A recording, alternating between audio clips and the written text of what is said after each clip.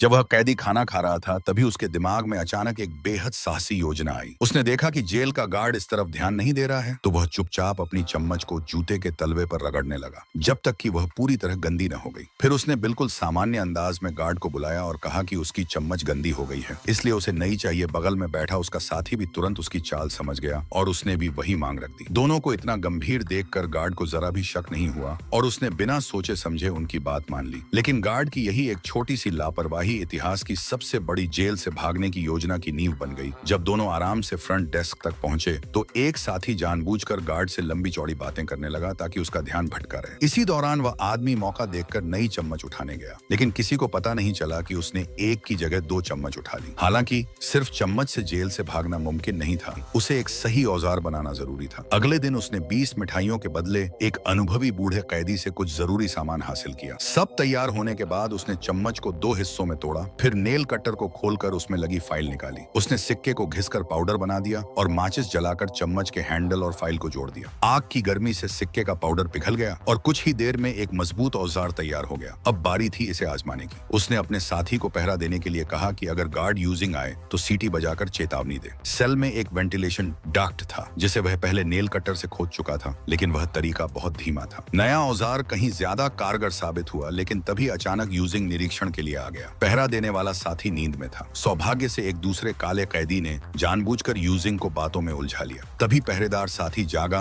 और सीटी बजाने ही वाला था कि उसे याद आया उसे सीटी बजाना आता ही नहीं। घबराकर उसने पास रखे कप से सलाखों पर खटखटाया। अंदर काम कर रहा आदमी सतर्क था। उसने यूजिंग के कदमों की आवाज सुन ली और तुरंत छेद को ढक दिया। वह ऊपर ऊपर से गार्ड से बातें करता रहा, लेकिन उसकी नजर नीचे छुपे औजार पर ही थी। अगर वह पकड़ा जाता तो अंजाम बहुत भयानक होता। सौभाग्य से यूजिंग ने कुछ नहीं देखा और चला गया। गार्ड के जाने के बाद उसने अपने साथी को कड़ी हिदायत दी कि आगे से सही तरीके से पहरा दे और खुद दोबारा दीवार खोदने लगा। कुछ देर बाद उसे एहसास हुआ कि वेंटिलेशन ग्रिल पर एक लॉकिंग पिन लगा हुआ है, जिसे निकालने के लिए अलग औजार चाहिए।